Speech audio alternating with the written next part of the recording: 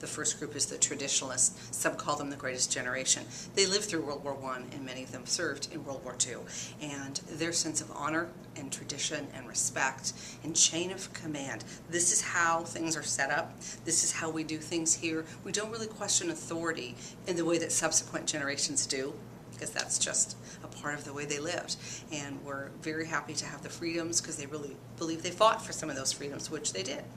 The baby boomers and the boomers came because there were so many babies born during the late 40s into the 50s that many people were, spreading out, and it was the GI Bill, and it was those great houses for $9,999, and people were trying to live the American dream.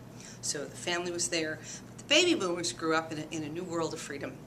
And having that sense of freedom, they wanted to imagine the possibilities. They were very optimistic. They were very excited about what Martin Luther King was talking about. He had a dream, and so did they. The Gen Xers, who are, incidentally, the smallest generation in our workforce, by half the size of the boomers and the millennials. Gen Xers are interesting. The Gen X came from the unknown quantity. What's X? They didn't exactly know what this generation was going to be about.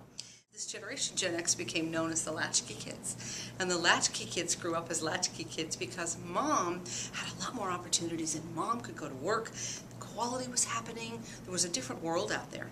Many of the Gen Xers were one of two children, and that's partly why they're such a small generation. So they learned how to fend for themselves. They learned pretty quick how to dial up for pizza on their own, and they came home after school and let themselves in. That was the latchkey concept.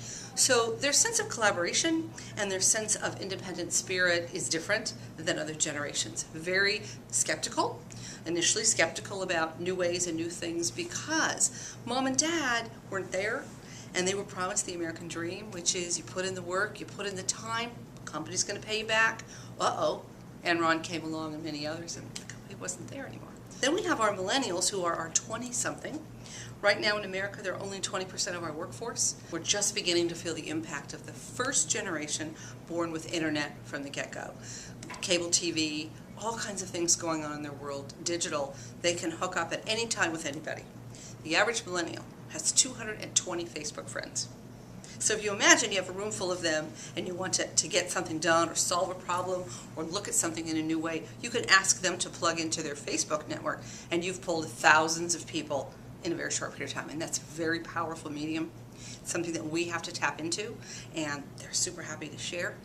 Millennials have often been called the trophy kids because they were born as their parents' trophies. They are the prized children. The children of yesteryear were often seen and not heard, but not our millennials, no. Our millennials are definitely our kids, and they got a prize just for showing up.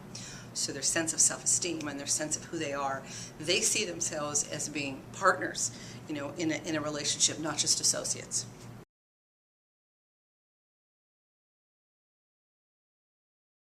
Just recently, NASA had realized that they are not connecting into the millennial generation in the way that they need to. Space exploration is not that innovative to them. It's sort of been there, done that, so what? So NASA has put together a whole outreach program in a format that really appeals to millennials.